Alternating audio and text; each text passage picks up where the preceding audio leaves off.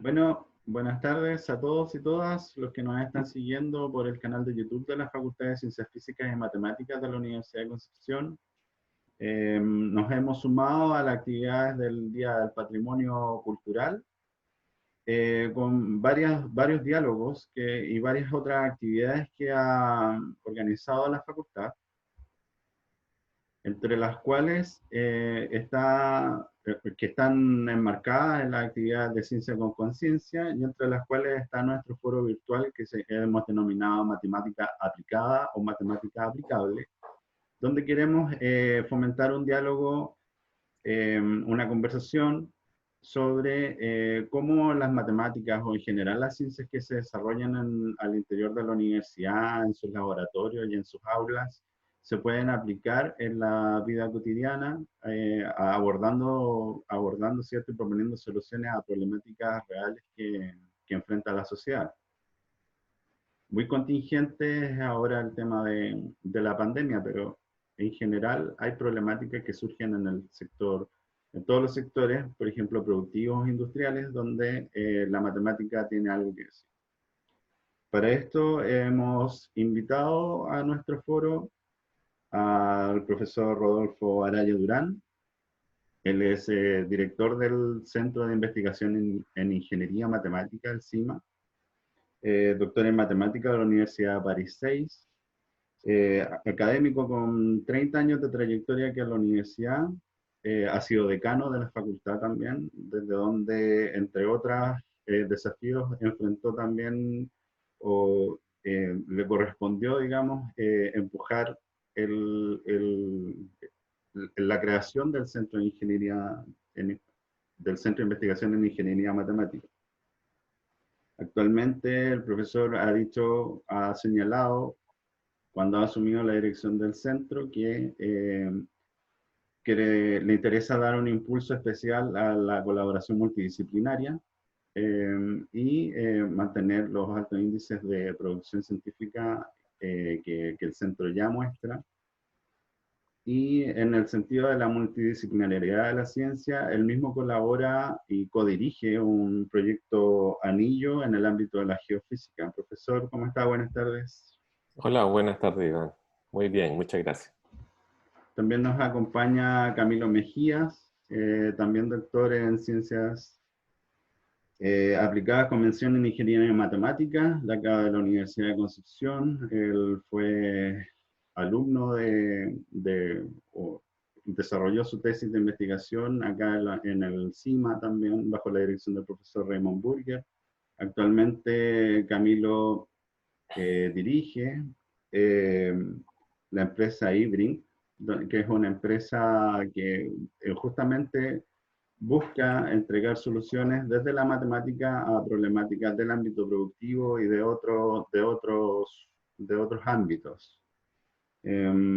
Actualmente, además, Camilo forma parte del C38, que es el Comité Científico Regional para el COVID-19, que es una instancia ciudadana, ¿verdad?, de expertos en diferentes áreas que buscan un poco asesorar a la autoridad y mejorar la comunicación en el tema de la pandemia eh, con respecto a las medidas que se van tomando y ciertas evaluaciones que se pueden ir haciendo, ¿verdad, Camilo? Así es, muchas gracias por la invitación. Vale, muchas gracias. Bueno, entremos en materia, un poco a hablar de la trayectoria de cada uno. Profesor Araya, no sé, bueno, 30 años, ¿cómo resume eso desde el punto de vista humano y desde de la cantidad de estudiantes que han pasado por sus clases? ¿Cómo, cómo lo podría resumir? Bueno, la verdad es que cuando uno mira hacia atrás es difícil creer que ya son 30 años, desde que comencé incluso no habiendo terminado mi magíster haciendo docencia y después comenzar a hacer docencia ya formalmente, contratado con un contrato indefinido, estudiando y todo. Ha sido un viaje bien interesante. Yo creo que hay pocas profesiones que sean tan gratificantes como esta de docente, de formar nuevas generaciones, porque uno siempre se siente joven, pero también al mismo tiempo hacer investigación. Esas dos cosas son como una mezcla muy linda, y que yo creo que eh, es una de las cosas que satisfactoriamente nos da un sentido a la vida. Yo creo que esto es una especie de... yo siempre he dicho que trabajar en la universidad no solamente es un trabajo o una pega, como dice la gente, sino que tiene algo de vocacional también. Y yo lo disfruto mucho. Así que ha sido un tiempo de mucho disfrute, de mucho aprendizaje, de mucho conocer personas, nuevas generaciones, de conocer nuevos países, de conocer a otra gente en el extranjero, de acuerdo a las actividades que uno hace. Y ahora también de conocer nuevas oportunidades de aplicación de lo que estamos haciendo. Así que no, ha sido un tiempo para mí personalmente y para mi familia muy, muy lindo. Ujú. Perfecto. Profesor, y respecto de la multidisciplinariedad que se puede dar desde las matemáticas, a veces nos encontramos con conceptos de la ciencia que cuando uno los ve desde fuera, digamos, de la comunidad en general o de la opinión pública, ven un poco a los académicos como en la Torre de Marfil, ¿cierto? Que se usa esa expresión un poco encerrado en sus papers. ¿Cómo ve usted el desafío de poder abrir las puertas de los laboratorios y de los centros de investigación para, más allá de los papers, poder concretar lo que la sociedad espera también de los científicos? Lo que pasa es que es un desafío. Ciertamente yo creo que la academia también, por diferentes factores, uno de ellos muy, muy básico que tiene que ver cómo nos evalúan, por ejemplo, cómo ascendemos en nuestra carrera académica, está muy fuertemente motivado en la carrera científica por la producción científica, alias producción de artículos científicos en revistas de alto impacto, asistencia a congresos y cosas por el estilo. No es tanta nuestra evaluación no viene tanto por el acercamiento con el sector productivo, cosa que yo creo que la universidad está cambiando. Y para mí es un desafío personal porque muchos de nosotros hemos sido financiados durante muchos años. Tú mencionabas un proyecto que yo soy el codirector, que es un proyecto Anillo, que es financiado por la antigua CONICIT, la nueva ANIT, pero en el fondo son recursos públicos, recursos de todos los chilenos. Muchos de nosotros hemos crecido con proyectos Fondesit, que son proyectos individuales, que también son financiados por el Estado. Y en el fondo el Estado es la persona que tiene un problema al día a día, es la señora Juanita que va a comprar pan y cuando paga la boleta, una parte de eso se está yendo a la investigación del país. Entonces yo creo que tenemos una responsabilidad, por lo menos de tener la sensación de querer aprovechar lo que nosotros conocemos para mejorar la calidad de vida de nuestros compatriotas. Entonces eso es un desafío y yo creo que es un desafío muy lindo para las universidades. Es un desafío que tiene, como siempre dicen, tiene tres, es como una mesa que tiene tres patas. Una es la academia, otra es la industria, que a veces en nuestro país no tienen tanto interés, quizás, y les es más fácil incorporar tecnología o desarrollo científico desde el extranjero, o les es más barato.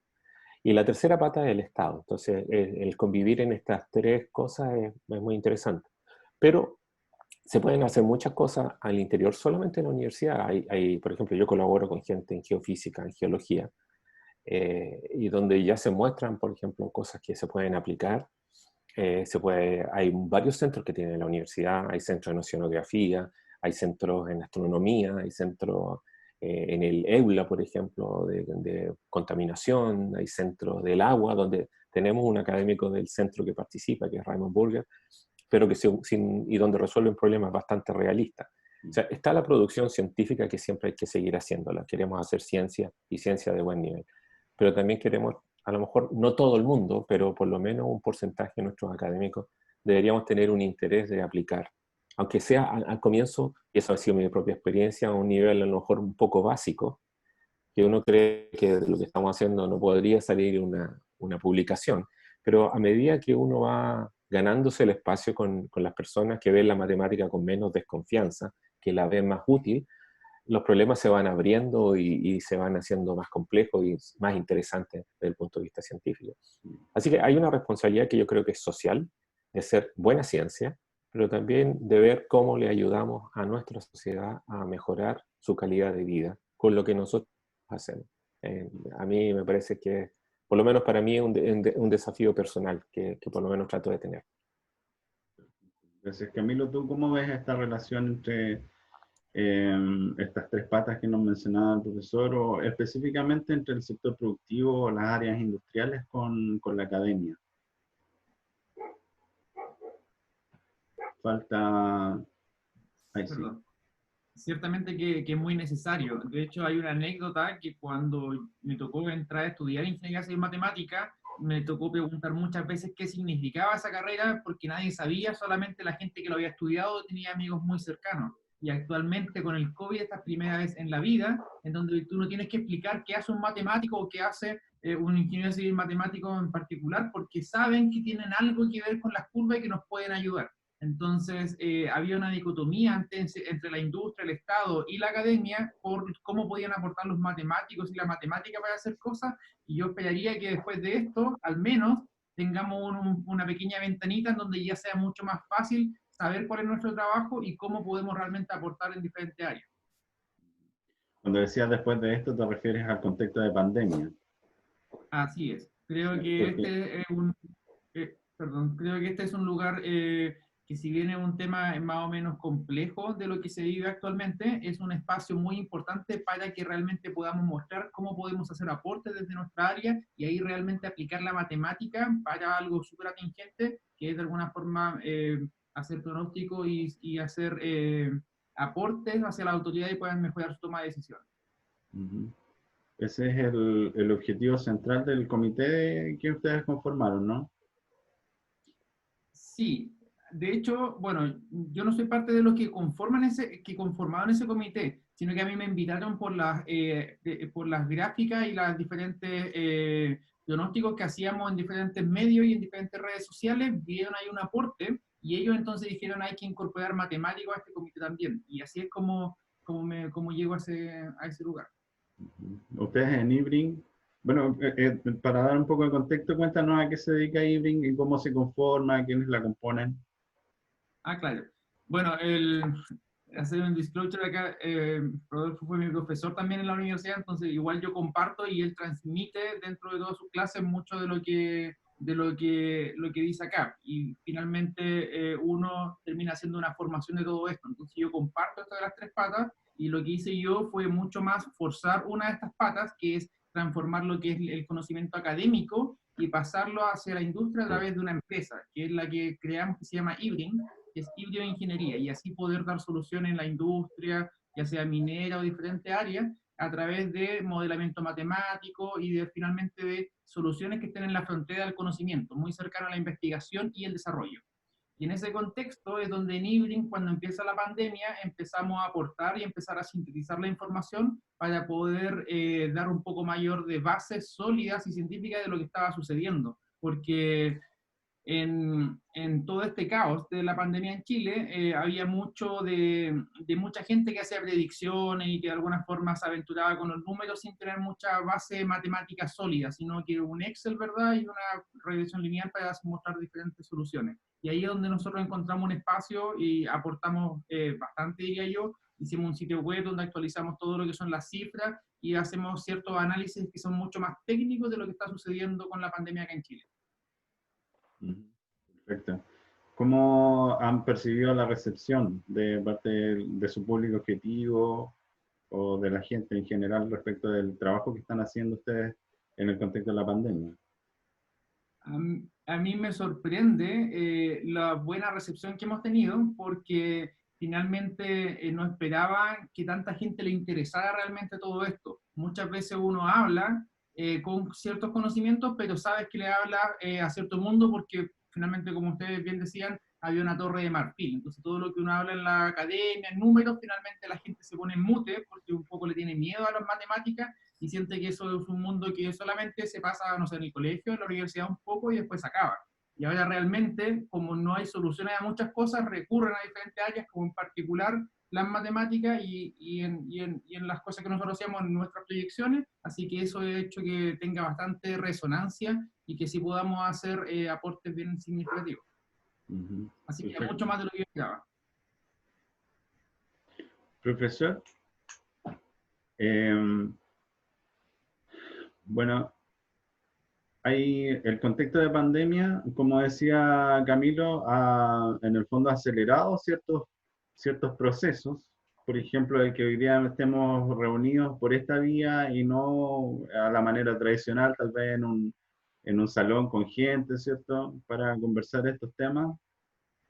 Eso ha motivado el desarrollo de estas plataformas y este tipo de instancias, pero también ha dado contexto para que se ponga el ojo también en la ciencia y en los aportes que puede hacer. ¿Usted lo ve como ven su potencial para el área científica en general, digamos? Sí, claramente. Yo creo que es una oportunidad de hacer valer o demostrar en realidad el aporte vital que tiene la ciencia. Yo creo que van a haber muchas vocaciones desde el punto de vista de la biología, la virología ahora, porque los desafíos son bastante grandes. Probablemente, bueno, espero que sea la única pandemia que nosotros veamos en nuestro periodo de vida, pero pueden haber otras más. El virus ha despertado otros virus, etcétera. Entonces, y en estos momentos de necesidad, es como las películas, siempre que hay un mega evento, se recurre a algún genio loco que andaba haciendo algo que nadie lo pescaba.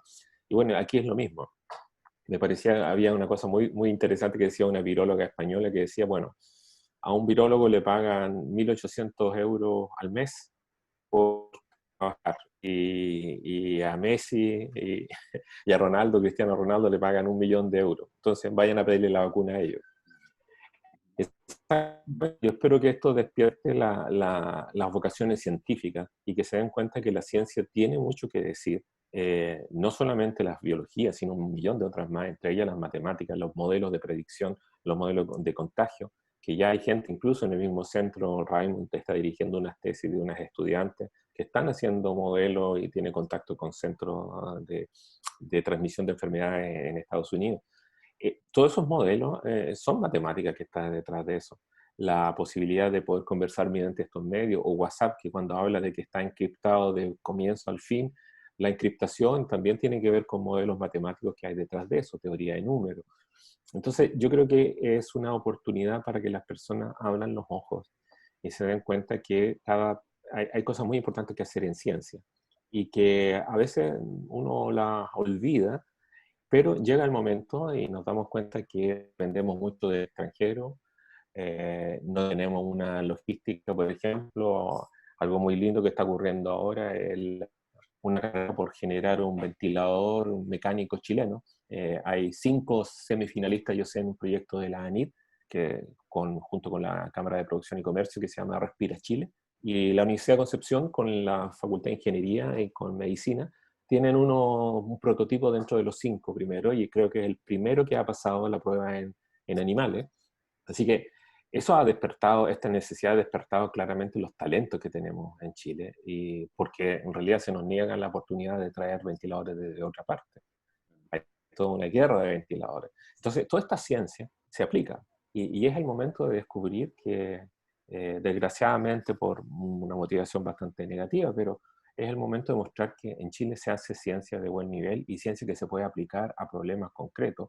Lo que hace Camilo, lo que hacen los colegas de ingeniería o lo que hacen las chicas que están haciendo su tesis, que es de diseminación de enfermedades. Son todas cosas muy importantes y que tienen que tener su justo valor en la sociedad.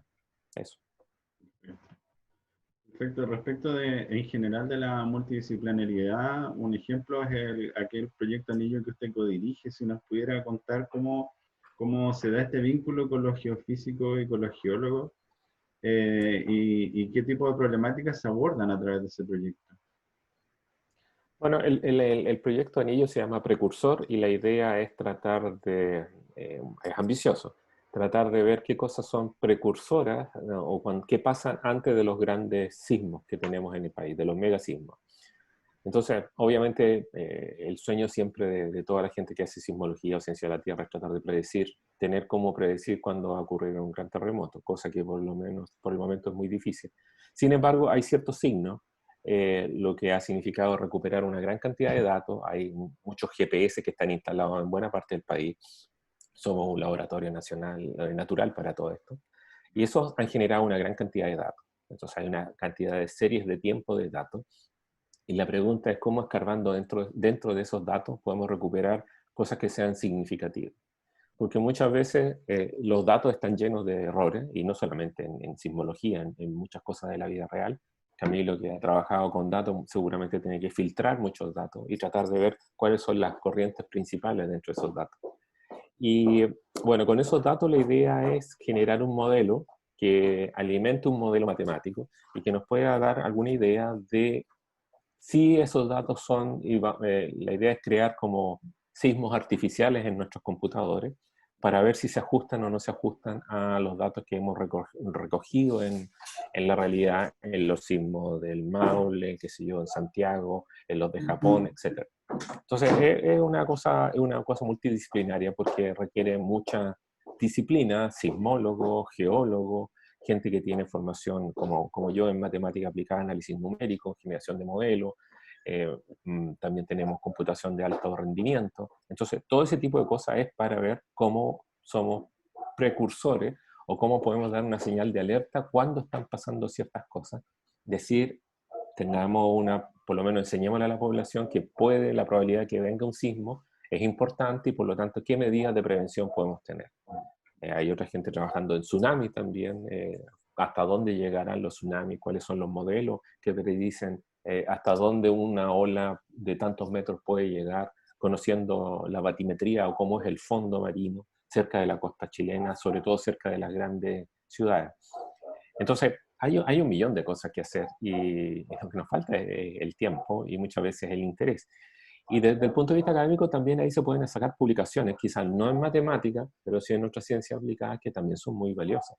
Y yo creo que hay mucho que aportar y los colegas se dan cuenta que pasan de una ciencia más fenomenológica, donde se usa mucho el ojo, a algo un poquitito más numérico, más cuantificable, que es reproducible. Y esa experiencia es importante para ellos y por eso que quieren trabajar con los matemáticos de la Universidad de Concepción. Perfecto. Camilo, ¿tú cómo ves el potencial que tiene, bueno, el desarrollo del modelamiento matemático en general para abordar problemáticas de los diversos sectores? ¿Ves que hay sectores que tienen mayor potencial de uso del modelamiento matemático o de las matemáticas en general que otros, por ejemplo? ¿Algunas problemáticas que se ven más urgentes de abordar o que tienen mayor potencial de colaborar en este sentido? A ver, yo creo que el modelamiento matemático se puede ocupar prácticamente en casi todas las áreas. Lo que pasa es que hay en ciertas áreas donde el dolor de la incertidumbre es mucho mayor y por eso entonces se requiere o se financian investigaciones que a veces pueden ser muy largas. Y en otras áreas, la verdad es que se prefieren por otro tipo de medios. O sea, te pongo un ejemplo. Nosotros estábamos viendo un problema en Perú de un río de relaves gigante que iba hacia una presa de 12.000 hectáreas, muy, muy grande, y ellos querían saber el flujo del relave y la concentración, y no había ninguna máquina en el mundo que podía hacer eso. Y como no había nada, de eso dependía, de alguna forma, la expansión de su faena minera. Y por ello entonces recurrían a hacer los modelos matemáticos para poder entonces mejorar toda esta predicción, porque era algo tangencial para poder empezar a avanzar a un punto de inflexión. No así en otros lugares donde tienen los mismos problemas, pero no le es un punto de inflexión tan grande, entonces no lo requieren. Entonces, el mismo problema en dos diferentes lugares. O esto mismo de COVID actualmente, y volviendo como a ese tema, un poco porque es la contingencia, los modelos de epidemiológicos fue inventado, el que todos ocupan fue inventado 9 años después de la última pandemia gigante que tenemos, que es la del flu en 1917. Ya. Solamente 9 años después fue inventado y solamente ha sido mejorado parcialmente en estos últimos 100 años, pero nunca nos había tocado vivir una pandemia en caliente en todo el mundo a la vez, entonces todos esos modelos que uno puede leer en los libros no son aplicables directamente. Hay que hacer nueva matemática, hay que hacer nuevos modelamientos, en este caso, por ejemplo, que se adecúen a la realidad chilena, un país que tiene 4.000 kilómetros de largo, que el virus no va a funcionar exactamente igual como un país que sea mucho más compacto o una ciudad con diferentes tipos de densidades poblacionales. Entonces hay espacio para poder hacer. Y finalmente el modelamiento, de alguna manera, es como el entendimiento de un problema y tratar de darle solución a través de los datos con ellos, que sean pasos lógicos y que, que puedan ser evolucionados en el tiempo, o lo que nosotros conocemos a través del análisis numérico. Entonces, el modelamiento matemático da para todo, y actualmente da para poder seguir avanzando varias áreas también de la ciencia, y yo creería que el centro, que la universidad, y en particular el Centro de Ingeniería Matemática, es un lugar idóneo para poder avanzar, porque finalmente trabaja áreas muy relevantes que pueden tener mucha aplicación en la industria y en la sociedad también. Perfecto. Ok, bueno, para ir cerrando la conversación, Camilo, no sé, micrófono abierto, piensa que está la comunidad de la facultad viéndonos este diálogo. ¿Qué podrías transmitirle tal vez a los estudiantes de pregrado, de posgrado, respecto de tu experiencia como ingeniero matemático y como doctor en ciencias aplicadas, y como emprendedor también en el área? A ver, podría decir de que muchas de las disciplinas que se pasan y que uno cree que después no tienen ningún tipo de sentido para poder aplicar, no es tan así, sino que uno después tiene que hacer muchas relaciones, y finalmente todo lo que tú aprendes dentro de la universidad te puede servir. Y puedes ocuparlo directamente en esa área, o hacer más relaciones un poco más complejas y ocupar todo eso como un contexto para poder avanzar. Entonces, ¿qué quiero decir con todo esto? Que el área de las ciencias permite seguir avanzando en ciencias, avanzando a través de algún tipo de estudio de posgrado, o también ocuparlo como una herramienta para resolver los problemas, ya sea de la industria, del Estado, de la misma sociedad.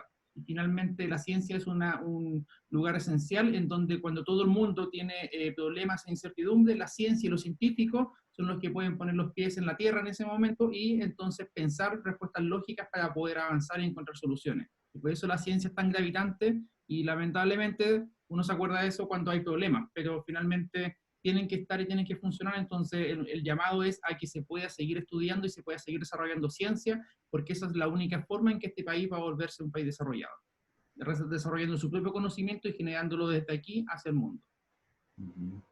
Bien, muchas gracias, Camilo. Profesor, lo mismo, le cedo la palabra para que, bueno, cierre un poco algunas ideas y le dé un mensaje general a la comunidad de la facultad. Bueno, yo creo que este es un tiempo de muchos mensajes. La importancia de hacer ciencia, yo creo que está ahora más latente que nunca. Yo creo que es un desafío nuestro acercarnos a la comunidad, no solamente en las aplicaciones, sino también en poder entusiasmar a más chicos.